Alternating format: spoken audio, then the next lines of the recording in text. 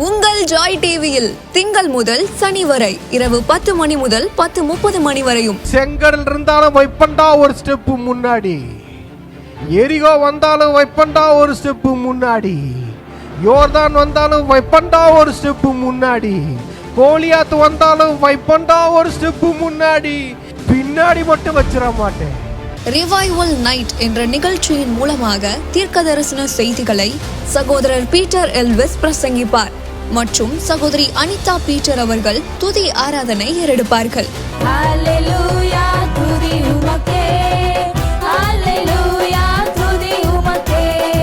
மனிதர்களின் வார்த்தையால் பாதிக்கப்பட்டது போதும், கடவுளின் வார்த்தையால் பாதிக்கப்படுவோம் வாருங்கள். நமக்குள் இருக்கும் இயேசு கிறிஸ்துவை உலகத்திற்கு காட்டும் நேரம் இது. வாருங்கள், இயேசுவுக்காய் எழும்புவோம். நீங்க இதுவரைக்கும் சபைக்கே போகாத ஒரு நபரா இயேசு கிறிஸ்துவ பற்றி உங்க வாழ்க்கையில ஆழமா அறிந்து கொள்ளணுமா? அப்ப ரிவைவல் சர்ச் உங்க எல்லாரையுமே அன்புடன் அழைக்கிறது. நம்ம கொளத்தூர் பூம்புகார் நகர்ல லொகேட் ஆயிருக்க ரிவைவல் சர்ச்சுக்கு நீங்க வாரம் வாரம் வர முடியும். சோ இங்க எவ்ரி சண்டே ஞாயிற்றுக்கிழமை காலையில 10 மணில இருந்து 12 மணி வரைக்கும் சபை ஆராதனை நடந்து கொண்டிருக்குது. சோ நீங்க எல்லாருமே இந்த ஆராதனையில குடும்பமா கலந்து கொள்ளலாம். அது மட்டும் இல்ல, எவ்ரி சாட்டர்டே ஒரு சனிக்கிழமையும் மாலை 8 மணி முதல் 9 மணி வரைக்கும் ப்ராஃபட்டிக் ஈவினிங் நடைபெறுது. இதுல பாஸ்டர் பீட்டர் எல்விஸ் அவர்கள் உங்களுக்காக விசேஷ ஜெபம் ஏறெடுப்பார்கள். நீங்க தவறாம கலந்து கொள்ளுங்க. ஒருவேளை என்னால நேர்ல வர முடியலையே அப்படின்னு வருத்தப்பட்டீங்கன்னா நீங்க கவலையே பட வேணாம். நீங்க கூகுள் மீட் மூலமாகவும் எங்களோடு கலந்து கொள்ள முடியும். சோ கீழே தெரியுற இந்த கூகுள் கோடை நீங்க நோட் பண்ணி வச்சுக்கோங்க. இதன் மூலமா எங்களோட நீங்க ஜாயின் பண்ணுங்க. சோ கர்த்தர் உங்களை ஆசீர்வதிப்பார். பாதுகாப்பில் வாழ்கின்றேன், சர்வ வல்லவரே உம் நிழலில் நான் தங்கியுள்ளேன். உன்னதரே உம் பாதுகாப்பில் வாழ்கின்றேன், சர்வ வல்லவரே உம் நிழலில் நான் தங்கியுள்ளேன்.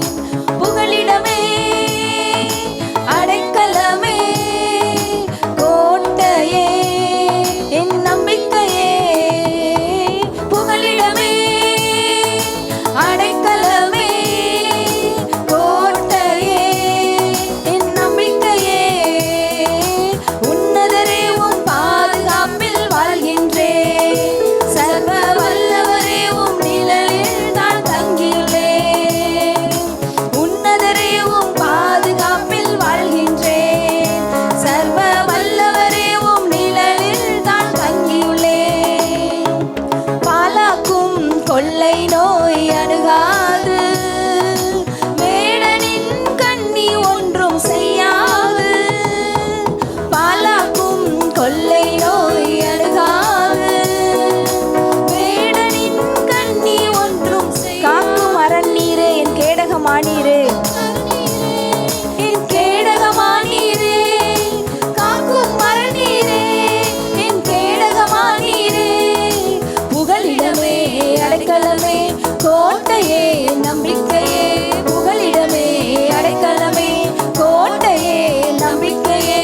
உன்னதரே உம் பாதுகாப்பில் வாழ்கின்றேன், சர்வ வல்லவரே உம் நிழலில் நான் தங்கியுள்ளேன்.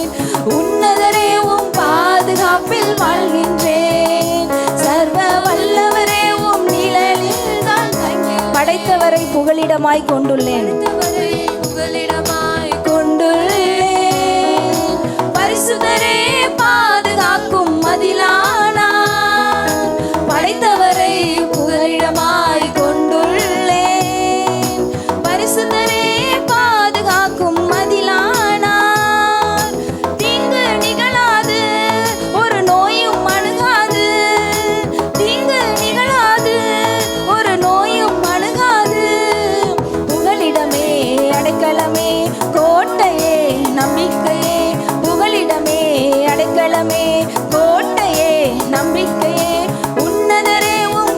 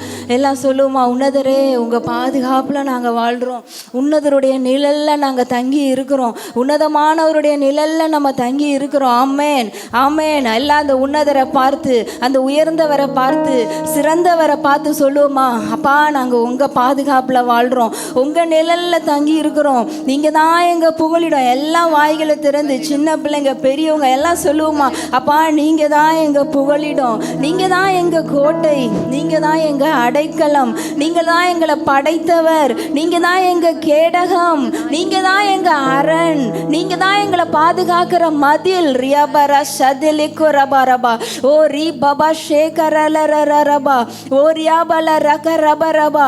தீங்கு நிகழாது, தீங்கு நிகழாது, உங்கள் வாழ்க்கையில் தீங்கு நிகழாது, ஒரு நோயும் அணுகாது. ஏன்னா உன்னதருடைய பாதுகாப்பில் நம்ம இருக்கிறோம். நம்ம இருக்கிறது சாதாரண பாதுகாப்பு இல்லை, நம்மளை படைத்தவருடைய பாதுகாப்பில் இருக்கிறோம். ஆமேன். நம்மளுடைய படைத்தவரே நமக்கு பாதுகாப்பாக இருக்கிறார். ஆமேன். ஓ ரபபல ரைக்கோ ரப ரபா ஓ ரியாதிலி ஷேகே பஹா செந்துருலா ஓ ராபபல தீனி கனானோ நோரோ ஸ்லீக்க ரப ரபா ஓ கரபல தி கினிக்க சொல்லரோ. உங்களுடைய ஜீவன் கிறிஸ்துவுடனே எங்கே மறைஞ்சிருக்கு தெரியுமா? தேவனுக்குள் மறைந்திருக்கிறதாம். தேவனுக்குள்ள மறைஞ்சிருக்கு. நம்ம ஜீவன் எங்க மறைஞ்சிருக்கு? கிறிஸ்து உடனே தேவனுக்குள் மறைந்திருக்கு. நன்றி சொல்லுவோமா, அப்பா எங்க ஜீவன் கிறிஸ்து உடனே தேவனுக்குள் மறைந்திருக்கு, எங்க குடும்பம் தேவனுக்குள்ள மறைந்திருக்கு, எங்களுடைய பிள்ளைகள் தேவனுக்குள்ள மறைந்திருக்கிறாங்க, எங்களுடைய சபை தேவனுக்குள்ள மறைந்திருக்கு, எங்களுடைய ஊழியம் தேவனுக்குள்ள மறைந்திருக்கு, எங்களுடைய எதிர்காலம் தேவனுக்குள்ள கிறிஸ்துவுக்குள்ள மறைந்து இருக்கு. ஓ ரபா பல்லாதியா கரபரபா. என்ன மறைவில் மறைந்தாலுமே இப்போ இருக்கிற வேர்ல்டில் நீங்கள் எங்கே போய் மறைஞ்சிருந்தாலும் சரி, எவ்வளோ பூமிக்கு அடியில் மறைஞ்சாலும் சரி, எங்கே போய் நீங்கள் உங்கள் வீடு உங்களுடைய டென்ட் இருந்தாலும் சரி, அங்கே கூட அடித்து தூக்கிடுறாங்க. ஆனால் நம்மளுடைய ஜீவன் எங்கே மறைஞ்சிருக்கு? நம்மளுடைய குடும்பம், நம்ம எதிர்காலம் எங்கே மறைந்திருக்கு? தேவனுக்குள்ள மறைந்திருக்கு. தேவனுக்குள்ள மறைந்திருக்கும் போது நம்ம எதை பத்தியும் பயப்பட தேவையில்லை. ரியா பபரா ஷேகர பரபா ஓ ரபலதனரேக்கோ ரபரியா கரபல ரபா. அப்பா எங்க ஜீவன் உங்களுக்குள்ள மறைந்திருக்கு, உங்களுக்குள்ள மறைந்திருக்கு, உங்க வார்த்தைக்குள்ள மறைந்திருக்கு. ஓ ரியாலதரே ஷேகர பல ரகரபாம் ஒரு நோயும் எங்களை அணுகாது, ஒரு நோயும் எங்க குடும்பத்தை அணுகாது, ஒரு நோய் எங்க சபையில் இருக்க குடும்பங்களை அணுகாது. எந்த தீங்கும் நிகழாது, தீமை நிகழாது, எந்த பொல்லாப்பு நேரிடாது. ஓ ரபரியா கந்திலிபர ஷோதுரோலா கரபா ஓ ரிமாத்ரே லேக்க நீக்கோ ஷல்பஹா திகுணா சிப்புதுரு ஓ ரகலி மரக ஷல்பஹதன கரபரபரபலது ஓ ரீமகதலரபா. எங்களை காக்கும்படிக்கு, நம்மளை காக்கும்படிக்கு தூதர்கள் இருக்கிறாங்க. தேவ தூதர்கள் நம்மளை காக்கும்படிக்கு, நம்ம பாதம் கல்லில் இடராதபடிக்கு நம்மளை கரங்களில் ஏந்தி கொண்டு போவார்களாம். எவ்வளோ பெரிய ஸ்லாக்கியம் பார்த்தீங்களா? நன்றி சொல்லுவோமா, அந்த உன்னதருக்கு நன்றி சொல்லுவோமா, உங்களை படைத்தவருக்கு நன்றி சொல்லுவோமா, நம்மளை பாதுகாப்பவருக்கு நன்றி சொல்லுவோமா, நமக்கு அரணாய் இருப்பவருக்கு எல்லாம் நன்றி சொல்லுங்க. யாரும் அமைதியா இருக்காதீங்க. இந்த இடத்துல நம்மளை படைத்தவரை துதிக்க தான் வந்திருக்கோம், நம்மளை படைத்தவரை உயர்த்துறதுக்கு தான் நம்ம இங்க வந்திருக்கிறோம், நம்மளை படைத்தவரை ஆராதிக்க தான் வந்திருக்கிறோம், நம்ம படைத்தவருக்கு எல்லா கணத்தையும் செலுத்த தான் நம்ம இங்க வந்திருக்கிறோம். ரிபர ஹஷ் பெகுரு ஓ ரமரியால தன ஷுகுரு ருபல தரபரு. Price Lord. ஹல்லேலூயா. கர்த்தர் நல்லவர், அவர் கிருபை என்றும் உள்ளது. எத்தனை பேர் சந்தோஷமா இருக்கீங்க? எல்லாரும் சந்தோஷமா இருக்கீங்களா? எனக்கு ஒரு 2 நாளுக்கு முன்னாடி ஒரு கனவு வந்துச்சு. ஆண்டவருக்கு நிறைய விஷயங்கள் கனவு மூலமாக பேசுவார். நான் சிறு வயதில் இருந்து நிறைய விஷயங்களை கனவு மூலமாக வெளிப்படுத்துவார். ஒரு 2 டேஸ்க்கு பிஃபோர் நான் ஒரு கனவு கண்டேன். அதில் பார்த்தீங்கன்னா அந்த பழைய காலத்து தீர்க்கதரிசிகள் மாதிரி ஒருத்தர் இருக்கிறாரு. ஒருத்தர் அந்த கச்சையெல்லாம் கட்டிக்கிட்டு இருக்கிறாரு. அவர் ஒரு 2 வரியை ஒரு பாட்டாக பாடுறாரு கனவுல. என்னன்னா, கர்த்தர் உன்னை போதிப்பார், கர்த்தர் உன்னை பூஷிப்பார். இது ஒரு பாட்டா பாடுறாரு. ஒரு வித்தியாசமான ஒரு அனுபவமா இருந்துச்சு. கர்த்தர் உன்னை போதிப்பார், கர்த்தர் உன்னை பூஷிப்பார். இந்த 2 வரியை திரும்ப ரிப்பீட்டடா ஒரு பாட்டு மாதிரி பாடுறாரு. அதுக்கப்புறம் நான் காலை எழுந்ததுக்கப்புறம் வேதத்தை எடுக்கும்போது எனக்கு ஏதோ எலியாவை குறித்து நான் தியானிக்கணும் போல ஆண்டவரான ஏவப்பட்டேன். ஸோ அதை எடுத்து படிக்கும்போது அந்த வார்த்தைகள், அந்த கனவுல வந்த அந்த தீர்க்க தரிசன வார்த்தைகள் இந்த வேத வசனங்கள் மூலமாக ஆண்டவர் உறுதிப்படுத்தினார். 1 ராஜாக்கள் 17வது அதிகாரம். அதற்கு அவள், பானையில் ஒரு பிடி மாவும் கலயத்தில் கொஞ்சம் எண்ணெயுமே அல்லாமல் என்னிடத்தில் ஒரு அடையும் இல்லை என்று உம்முடைய தேவனாகிய கர்த்தருடைய ஜீவனை கொண்டு சொல்லுகிறேன். இதோ நானும் என் குமாரனும் சாப்பிட்டு செத்து போக அதை எனக்கும் அவனுக்கும் ஆயத்தப்படுத்துகிறதற்கு 2 விறகு பொறுக்குகிறேன் என்றார். ஒரு பிடி மாவு, கலயத்துல கொஞ்சோண்டு எண்ணெய், இது வீட்டில் இருக்குது. இப்போ இந்த அம்மா என்னம்மா பண்றாங்க? அந்த அம்மா இந்த ஒரு பிடி மாவுக்கும் இந்த கலயத்தில் இருக்கிற கொஞ்சோண்டு எண்ணெய்க்கும் அவங்க என்ன செய்யறாங்கன்னா, என்ன எத்தனை விறகு பொறுக்கிறாங்களா? 2 விறகுகள் பொறுக்கிறாங்க. ஆண்டவர் என்கிட்ட சொன்னாரு, உன்கிட்ட இருக்கிறத வச்சு உன் கிரியைகளை வெளிப்படுத்தாத. நம்ம கிட்ட என்ன இருக்குதோ அதை வச்சு வாழ, அதை வச்சு திங்க் பண்ண, அதை வச்சு செயல்பட நாம் அழைக்கப்பட்டவர்கள் அல்ல. வீட்டில் கொஞ்சம் எண்ணெய் இருக்கு, கொஞ்சம் மாவு இருக்கு, அதுக்காக நான் 2 விறக பொறுக்குகிறேன் அப்படின்னு இல்லை. நம்ம கையில் இவ்வளோதான் பணம் இருக்கு பிரதர், இந்த பணத்தை வச்சு தான் நான் வாழ போறேன் அப்படின்னு இல்லை. நம்ம மந்த்லி இன்கம் இதுதான், அதனால இந்த மந்த்லி இன்கமுக்கு ஏற்ற மாதிரி தான் என் வாழ்க்கை வாழ முடியும் அப்படின்னு இல்லை. என் பேங்க் அக்கௌண்ட்ல இதுதான் இருக்குது, ஒரு பிடி மாவும் கொஞ்சம் எண்ணெயும் தான் இருக்குது, அதை வச்சு தான் நான் விறக பொறுக்க போறேன்னு இல்லை. ஹல்லேலூயா. நம்ம கிட்ட என்ன இருக்குதோ அதை வச்சு வாழ்ற வாழ்க்கை இல்லைங்க. அவர்கிட்ட என்ன இருக்குதோ, அவர்கிட்ட என்ன இருக்குதோ அதை வச்சு வாழ்ற வாழ்க்கை. ஹல்லேலூயா. அவர் சர்வ வல்லமையுள்ள தேவன், அதை வச்சு வாழ்ற வாழ்க்கை. இன்னைக்கு பெரும்பாலும் நம்ம எண்ணங்கள் எப்படி தெரியுமா ஆயிடுது? என் கையில இதுதான் இருக்கு, அதனால அதை வச்சு நான் செயல்படுறேன். என் பலம் இதுதான், என் பலத்துக்கு ஏத்த மாதிரி நான் செயல்படுறேன். என் கையில் இருக்கிற பணம் இவ்வளவுதான், அதுக்கேற்ற மாதிரி நான் வாழ்ந்துக்கிறேன். அப்படி ஒரு வாழ்க்கை வாழ நம்ம அழைக்கப்படவே இல்லை. பாருங்க, அந்த அம்மா என்ன பண்ணிச்சாங்க? வீட்டில் கொஞ்சம் எண்ணெய், கொஞ்சம் மாவு, அதுக்கேற்ற விறகு எடுக்கிறாங்க, 2 விறகு. ஆனால் அதுக்கப்புறம் பார்க்குறோம், அந்த அம்மா அடுத்த 3 வருஷமும் எத்தனை விறகு எடுத்தாங்க, எத்தனை விறகு எடுத்தாங்க. ஆண்டோடைய வார்த்தை வருது, நம்ம கையில் என்ன இருக்குதுன்னு நினச்சி வாழ வேண்டிய அவசியமே நமக்கு இல்லைங்க. அவர் கையில் என்ன இருக்குது? ஹல்லேலூயா. அவர் கையில் எல்லாம் இருக்குது. அவர் கையில் இல்லாததே கிடையாது. அந்த கையை பார்த்து வாழ வேண்டியவங்க. நம்ம கையை பார்த்து வாழ்ந்தா 2 விறகு பொறுக்குவோம். அவர் கையை பார்த்தா விறகு கடையே ஏலம் போட்டு வாங்குவோம். ஹல்லேலூயா. இங்க பாருங்க, மத்தேயு 14:17 பார்க்கிறோம். இயேசு அவர்களை நோக்கி, அவர்கள் போக வேண்டுவதில்லை, நீங்களே அவர்களுக்கு போஜனம் கொடுங்கள் என்றார். அதற்கு அவர்கள், இங்கே எங்களிடத்து 5 அப்பமும் 2 மீன்களுமே இல்லாமல் வேறொன்றும் இல்லை என்றார்கள். ஆண்டவருக்கு நல்லா தெரியும், அங்க 5 அப்பம் 2 மீன் இருக்கிறது ஆண்டவருக்கு நல்லாவே தெரியும். ஆனா அவர் என்னமா நினைக்கிறாரு? இந்த சீஷர்கள் இதை எடுத்து அதை பிளஸ் பண்ணி அவங்க அதை மல்டிபிள் ஆக்கி கொடுப்பாங்கன்னு நினைச்சாரு. அதான் சொன்னாரு, நீங்கள் அவர்களுக்கு போஜனம் கொடுங்கள்னாரு. அவங்க பார்வை என்னப்பா, கையில 5 அப்பம் 2 மீன், இங்க 5000 புருஷர்கள் இருக்கிறாங்க, எப்படிப்பா கொடுக்க முடியும்? இதுதான் நம்மளுடைய மைண்ட் எல்லாமே என்ன சொல்லுதுன்னா, மாம்சம் ஆவிக்கு எப்பொழுதும் எதிராக தான் இருக்கும். இதுதானே இருக்குது, இப்ப என்கிட்ட இதுதானே இருக்குது, இதை வச்சு எப்படி இத்தனை பேரை போஷிக்க முடியும்? எப்படி 5000 பேரை போஷிக்கிறது முடியும்? நம்ம கையில இதுதானே இருக்குது, கையில கொஞ்சோண்டு எண்ணெய் கொஞ்சோண்டு மாவு தானே இருக்குது. இது எப்படி இன்னும் பஞ்ச காலத்துல நான் முடிகிற வரைக்கும் நான் எப்படி சாப்பிட முடியும்? என்னன்னா நம்ம கிட்ட என்ன இருக்குதுன்றதையே பார்த்து பார்த்து பார்த்து வாழ்ந்துகிட்டு இருக்கிறோம். அவர் கிட்ட என்ன இருக்கு, அவர் எனக்கு என்ன கொடுத்திருக்கிறாரு, அதை என்னைக்கு நம்ம பார்க்க ஆரம்பிக்கிறோமோ நம்ம வாழ்க்கை மாறிடும், நம்ம ஸ்டைலு மாறிடும், நம்ம பேச்சு மாறிடும்.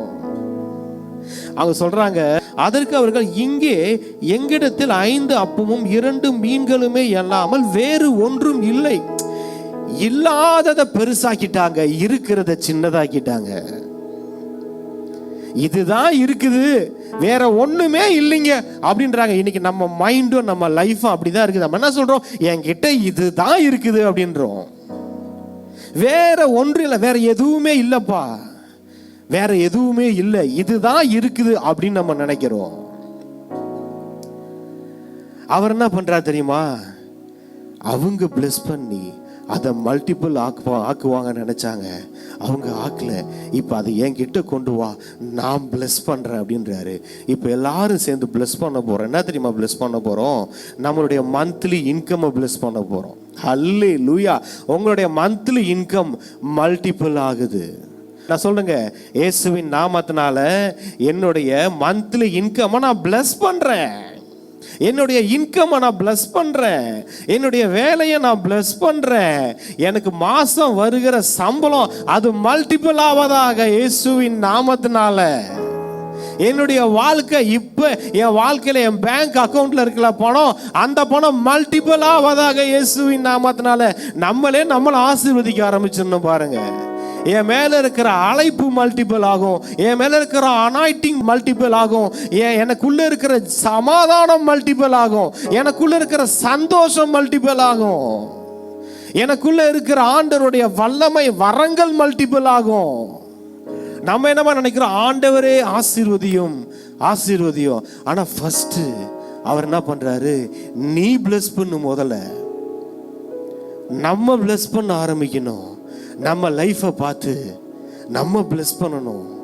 ஆண்டவர் இந்த உலகத்தெல்லாம் படிச்சு அதை நல்லது நல்லதுன்னு பார்த்தாரு பார்த்தீங்களா? அந்த மாதிரி நம்ம நேற்று எல்லாம் நானும் என் மனைவியும் சேர்ந்து இந்த ஸ்டூடியோவை அப்படியே பார்த்து ரசித்தோம், அது பிளஸ் பண்ணோம். இந்த மாதிரி நம்ம லைஃப்ல இருக்கிற எல்லாத்தையும் பார்த்து நம்ம பிளஸ் பண்ணணும். நாம நினைச்சிருக்கோம், ஆண்டவரே பிளஸ் பண்ணுங்க. ஆண்டவர் ஃபர்ஸ்ட் ப்ரெஃபரன்ஸ் நமக்கு கொடுக்குறாரு. நீ செய்வியா? நீயும் வாயை திறந்து. இன்னைக்கு என்னமா ஆயிடுச்சு, என் வாழ்க்கை அப்படிதான் இருக்கு, நிறைய நெகட்டிவ் தான் பேச ஆரம்பிச்சுட்டாங்க. ஆண்டோடைய வார்த்தைக்கு ஆசீர்வாதங்களுக்கு அகைன்ஸ்டானது நெகட்டிவ். ஆனா ஆண்டு என்ன செய்யறாரு, நீ பிளஸ் பண்ணு. நீ பிளஸ் பண்ண உடனே பாருங்க, அந்த 5 அப்போ 2 மீன் 50,000 அப்பமா மாறிடுச்சோ, 5 லட்சம் அப்பமா மாறிடுச்சோ. ஆண்டவர் என்னமா பண்ணாரு, வாங்கினாரு. அவங்க கையிலயும் இருந்துச்சு அதே 5 அப்போ 2 மீன், இவர் கையிலயும் வந்துச்சு அதே 5 அப்போ 2 மீன். இவர் ஒரே ஒரு வித்தியாசம் என்னன்னா, இதுதான் இருக்குன்னு நினைச்சாங்க, இவர் இது போதும்னு நினைச்சாரு. இதை வாங்கிட்டு அவங்க குறைப்பட்டாங்க, இது தானே இருக்கு, வேற ஒண்ணுமே இல்லையேன்னாங்க. இது போதும், ஒண்ணு இல்லாதது எல்லாத்தையும் நிரப்பிடும் அப்படின்னு அதை பிளஸ் பண்ணாரு பாருங்க. அதுக்கு ஒரு ஸ்தோத்திரம் சொன்னாரு பாருங்க. அது அப்படியே பெருகிடுச்சு.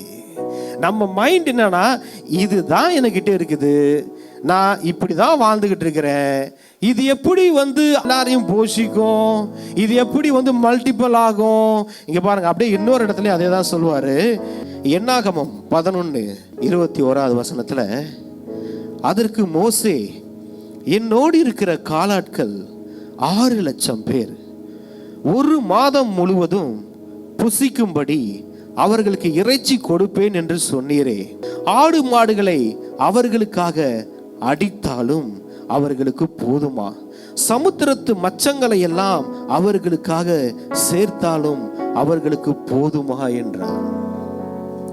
6 லட்சம் புருஷர்கள் இருக்கிறாங்க, அவங்க எல்லாத்துக்கும் 1 மாசம் வரைக்கும் இறைச்சி கொடுக்குறேன்னாரா. நான் சும்மா ஒரு கால்குலேட் பண்ணி பார்த்தேன். ஒரு ஆளுக்கு இறைச்சி சாப்பாடு இன்னைய கணக்கில் பார்த்தீங்கன்னா 500 ரூபாய். 6 லட்சம் பேருக்கு போட்டிங்கன்னா அது எத்தனையோ கோடி போகுது ஒரு வேலைக்கு. ஆனா ஆண்டவர் 3 வேலை கொடுத்து 1 மாசம் வரைக்கும் எப்படி? அதான் மோசேவால புரிஞ்சிக்கவே முடியல. அப்பா, எங்க கிட்ட இருக்கிற எல்லா ஆடு மாடுகளை அடிச்சாலும் பத்தாது, கடல்ல இருந்து இருக்கிற எல்லா மீனை கொண்டு வந்தாலும் போட்டாலும் பத்தாது. ஏன்னா 6 லட்சம் புருஷர்கள், அதுக்கப்புறம் அவங்க மனைவிகள், அப்புறம் அவங்க பிள்ளைகள், எத்தனை பேருக்கு இப்படி ப்ரொவைட் பண்ண முடியும்? இது எப்படி நடக்கும் அப்படின்னு சொல்லும் போது ஆண்டவர் சொல்றாரு பாருங்க, அதற்கு கர்த்தர் மோசேயை நோக்கி, கர்த்தருடைய கை குறுகி இருக்கிறதோ. அல்லேலூயா. என் வார்த்தையின்படி நடக்குமோ நடவாதோ என்று இப்பொழுது நீ காண்பாய் என்றார். ஆண்டவர் சொல்றது ஒன்னே ஒண்ணுதான், கர்த்தருடைய கை குறுகி இருக்கிறதோ. 6 லட்சம் பேருக்குங்க, 1 மாசம் முழுவதுங்க, 3 வேலைங்க, 6 லட்சம் புருஷர்கள் தான். அவங்க கணவன் மனைவிலாம் சேர்த்தீங்கன்னா அது எத்தனை லட்சம் தெரியாது. அது எப்படிங்க அவரால் போஷிக்க முடியும்? மோசேக்கே டவுட் வந்துருச்சு. என்னன்னா, நம்ம எப்பவும் நம்ம கையை பார்த்தே வாழ ஆரம்பிச்சிட்டோம். அது ஒரு சாபம்.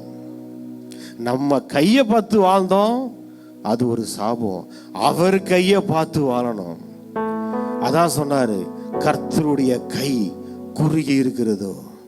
ஏதாவது ஒண்ணு இல்லையா, உங்க கைய பார்க்காதீங்க, உங்க பேங்க் அக்கவுண்ட பார்க்காதீங்க, அவரை பாருங்க, அவர் கைய பாருங்க. அது ஓங்கிய புயம், பலத்த கரம், உங்களுக்கு வாரி கொடுக்கிற கரம். அந்த கரத்துல இல்லாததே கிடையாது. நம்ம லைஃப்ல எல்லா சூழ்நிலைகளிலேயும் அவரை பார்த்து வாழ பார்க்கணும். பாருங்க, நம்ம கை, நம்ம பேங்க் அக்கௌண்ட்டை பார்க்காதீங்க. உங்க பேங்க் அக்கௌண்ட்டை பார்த்தீங்க, உங்களை அதை பயம்புறுத்தும். ஆனா அவரை பார்த்தீங்க, அவருடைய சமூகம் உங்களை சந்தோஷப்படுத்தும். அல்லேலூயா, அல்லேலூயா. திரும்ப நம்ம 1 ராஜாக்கள் 17ஆவது அதிகாரத்துக்கே வருவோம். அப்பொழுது எலியா அவளை பார்த்து, பயப்படாதே. அல்லேலூயா. நான் இன்னொன்னு சொல்றேன், உங்க கையில இருக்கிறத பார்த்தீங்க, பயம் வரும். உங்க பேங்க் அக்கௌண்ட்டை பார்த்தீங்க, பயம் வரும். ஐயோ, என்னது இது, கம்மியா இருக்குது, தேவைகள் அதிகமா இருக்குது. அளவுதான் லைஃப் முடிஞ்சு போற சூழ்நிலைங்க. இது வரைக்கும் அந்த அம்மா மாவை எடுக்குது, எண்ணெயை எடுக்குது, குறைஞ்சி வருது, கடைசியா இருக்குது. இன்னைக்கு தான் நான் கடைசியா போய் அந்த 2 விறகை பொறுக்க போறேன், அதுல நான் சமைக்க போறேன், இதோட முடிஞ்சு போச்சு வாழ்க்கை, இதுக்கப்புறம் ஒண்ணுமே இல்லை அப்படின்ற நிலைமையில வரும்போது ஆண்டோடைய அற்புதம் நடக்கிறத பார்க்கிறோம். அவர் சொல்றாரு, அப்பொழுது எலியா அவளை பார்த்து, பயப்படாதே, நீ போய் உன் வார்த்தையின்படி ஆயத்தப்படுத்து, ஆனாலும் முதலில் அதிலே எனக்கு ஒரு சிறிய அடையை பண்ணி என்னிடத்தில் கொண்டு வா, பின்பு உனக்கும் உன் குமாரனுக்கும் பண்ணலாம். கர்த்தர் தேசத்தின் என் மலையை கட்டளையிடும் நாள் மட்டும் பானையின் மா செலவழிந்து போவதும் இல்லை, கலசத்தில் எண்ணெய் குறைந்து போவதும் இல்லை என்று இஸ்ரவேலின் தேவனாகிய கர்த்தர் சொல்லுகிறார் என்றான். அல்லேலூயா. இங்க பாருங்க, நான் எனக்கு ஆண்டவர் ஒன்று பேசினார், நான் நோட்ல எழுதி வச்சேன். என்ன சொல்றாரு? மாவை எடுக்க எடுக்க குறையாது, எண்ணெயை எடுக்க எடுக்க குறையாது அப்படின்றார். நான் சொன்னேன், நோட்டில் எழுதி வச்சேன், இந்த வார்த்தையின்படி என் அக்கௌண்ட்டில் பணத்தை எடுத்து செலவு பண்ணுவேன், ஆனால் என் அக்கௌண்ட்டில் பணம் குறையாது. அல்லேலூயா. உங்கள் வீட்டில் எல்லா செலவும் பண்ணுவீங்க, ஆனால் பார்த்தீங்கன்னா பேங்க் அக்கௌண்ட்டு குறையாமல் இருக்கும். எடுப்பீங்க, பணத்தெல்லாம் எடுத்து செலவு பண்ணுவீங்க, பார்த்தீங்கன்னா பணம் குறையாதுங்க, பணம் அதிகமாயிட்டு இருக்கு. இது ஒரு ஆசீர்வாதம். எடுக்க இந்த கேணி பார்த்தீங்களா, தொட்டனை தூரும் மணல் கேணி மாந்தருக்கு கட்டணை தூரும் அறிவுன்னுவாங்க. அந்த கேணியில் இருக்கிற தண்ணியை எடுக்க அந்த தண்ணி பார்த்தீங்கன்னா அப்படியே வந்துகிட்டே இருக்கும், எவ்வளவு எடுத்தாலும் வந்துகிட்டே இருக்கும்.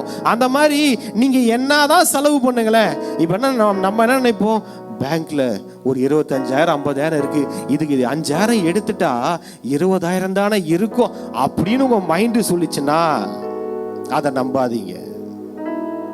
இல்ல, நான் 5,000 எடுத்தா என் அக்கௌண்ட்ல 50,000 வரும்னு விசுவாசிங்க. வரும். வேதத்துல இல்லாததை சொல்லல, வேதத்துல இருக்கு. அன்னைக்கு அந்த மாவுக்கு தாங்க ஆண்டவர் அற்புதம் செய்வாரு. என்னதாங்க வரும், பணம்லாம் அப்படி வராதுங்க அப்படின்னு சொன்னா அதை நம்பாதீங்க. அந்த காலத்துல மாவு என்ன, இந்த காலத்துல மணி, கோல்டு, சில்வரு. நீங்க எவ்வளவு வாங்குங்க, அது உங்க இதுல குறையவே குறையாது.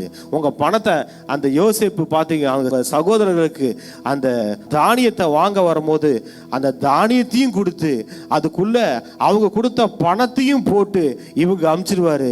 அவங்க திரும்ப வருவாங்க, வந்து ஐயா இது தெரியாம வந்துருச்சு போல இருக்குன்னுவாங்க. அதுக்கு யோசேப்பு சொல்லுவாரு, இது கர்த்தர் உங்களுக்கு பொக்கிஷங்களாக கட்டளையிட்டார். யாரு? யோசேப்பு கொடுக்கல. யோசேப்பு சொல்றாரு, இதை கர்த்தர் உங்களுக்கு பொக்கிஷமா கொடுத்தாரு. இங்க பாருங்க, நம்ம சம்பாதிக்கிறதெல்லாம் சம்பளம், கர்த்தர் கொடுக்கறதெல்லாம் பொக்கிஷம். அல்லேலூயா. பொக்கிஷமா வரத பாப்பீங்க. அந்த மாவும் எண்ணெயும் குறையிலையோ அந்த மாதிரிதான் உங்களுடைய பணம் குறையாது, உங்க வாழ்க்கையில உங்களுடைய பலன் குறையாது. ஐசாயா 65 எடுத்து பாருங்களேன். அங்கே இனி அற்ப ஆயுசுள்ள பாலகனும் தன் நாட்கள் பூரணமாகாத கிழவனும் உண்டாகிறார்கள். 100 வயது சென்று மரிக்கிறவனும் வாலிபன் எனப்படுவான். 100 வயசு ஆனாலும் நீங்க எப்படி இருப்பீங்க? வாலிபர்கள் போல இருப்போம். 100 வயசு ஆனாலும். அப்படின்னா என்னங்க நடக்குது? இங்க இளமை குறையவில்லை. அல்லேலூயா. இளமை குறையாதுங்க. 100 வயசுல எப்படி தெரியுமா இருப்பீங்க?